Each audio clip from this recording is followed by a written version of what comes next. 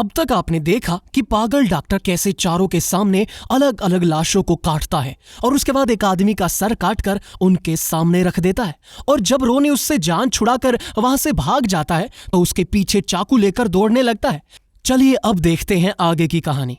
रोनी भागते भागते एक हॉल में पहुंचता है, लेकिन डॉक्टर उसके पीछे ही भागता रहता है। तब रोनी भागकर एक कमरे में चला जाता है और बेड के पीछे छिप जाता है, लेकिन डॉक्टर उसे ढूंढते ढूंढते वहां भी आ जाता है और बोलता है, ये मेरा हॉस्पिटल है बच्चे, मुझसे बच के कहाँ जाओगी, ज्यादा भागने की कोशिश मत करो। जब मेरा एक्सपेरिमेंट सक्सेसफुल होगा तो मैं अपने अवार्ड सेरेमनी में तुम्हारा भी नाम लूंगा कि तुम लोगों के कारण ये एक्सपेरिमेंट सक्सेसफुल हुआ है। तभी रोनी बगल वाली खिड़की से कूदकर बगल वाले रूम में चला जाता है। डॉक्टर ये देखकर हंसता है। अब और मजा आएगा चूहे बिल्ली का खेल खेलने में। रोनी भागते भागते एक दूसरे रूम में पहुंचता है। वो जैसे ही दरवाजा खोलता है तो देखता है कि रूम के अंदर में बहुत सारे लोग बंधे पड़े हैं। रोनी को कुछ समझ नहीं आता। तभी एक आदमी बोलता है, कौन है वहां? तब रोनी जवाब देता है कि मैं डॉक्टर से भागते हुए आया हूं। ये सुनते ही लोग खुश हो जाते हैं। तब वही आदमी बोलता है, हम लोगों को भी पागल डॉक्टर ने एक्सपेरिमेंट के लिए बंदी बना रखा है, प्लीज हम लोगों को खोल दो। तब रोनी बाहर देखता है कि कहीं डॉक्टर तो नहीं आ रहा है, लेकिन डॉक्टर नहीं दिखता है। तब वो आदमी को खोलने लगता है। रोनी उसको खोलते खोलते पूछता है कि तुम लोग कैसे यहां बंद हो गए?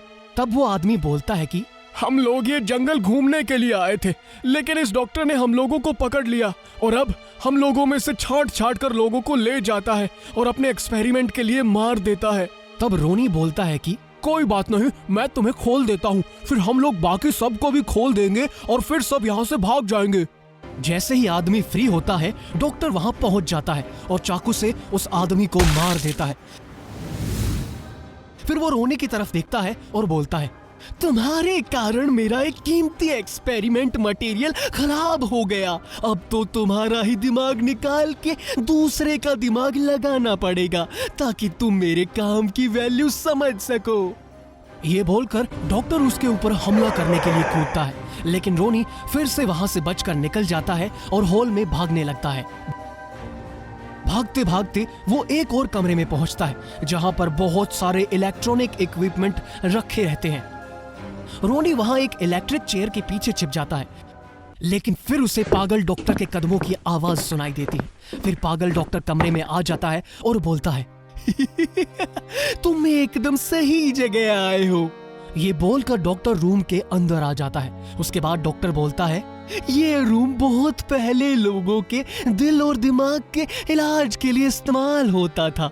इसी चेयर में हम पेशेंट को इलेक्ट्रिक शॉक दिया करते थे, लेकिन अब ये चेयर तुम्हें इलेक्ट्रिक शॉक देने के काम आएगी। मैंने कहा था ना, मैं तुम्हारा दिमाग निकाल कर दूसरे का दिमाग लगाऊंगा।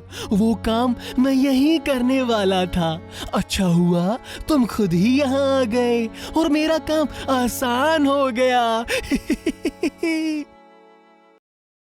ये सुनते ही रोनी एकदम डर जाता है, लेकिन तभी उसे जोर से एक आवाज सुनाई देती है, हल्ला बोल।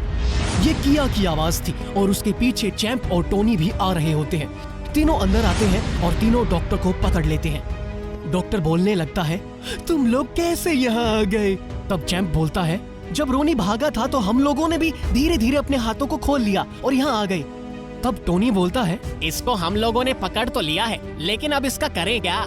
तब किया बोलती है, ये रोनी को इलेक्ट्रिक शॉक देने वाला था ना, चलो इसको ही बांध देते हैं इलेक्ट्रिक चेयर से और देते हैं अच्छे से शॉक। चारों मिलके पागल डॉक्टर को इलेक्ट्रिक चेयर से बांध देते हैं। डॉक्टर चिल्लाने लगता है, नहीं नहीं, मैं तो सबके भले के लिए एक्सपेरिमेंट कर रहा था। अगर तुम मेरे साथ ऐसा करोगे तो ये दुनिया मेरी रिसर्च का फायदा नहीं ले पाएगी। तब किया बोलती है, फायदा गया तेल लेने, जिसने भी लिया हमसे पंगा, किया उसके जीवन में मचा देगी दंगा।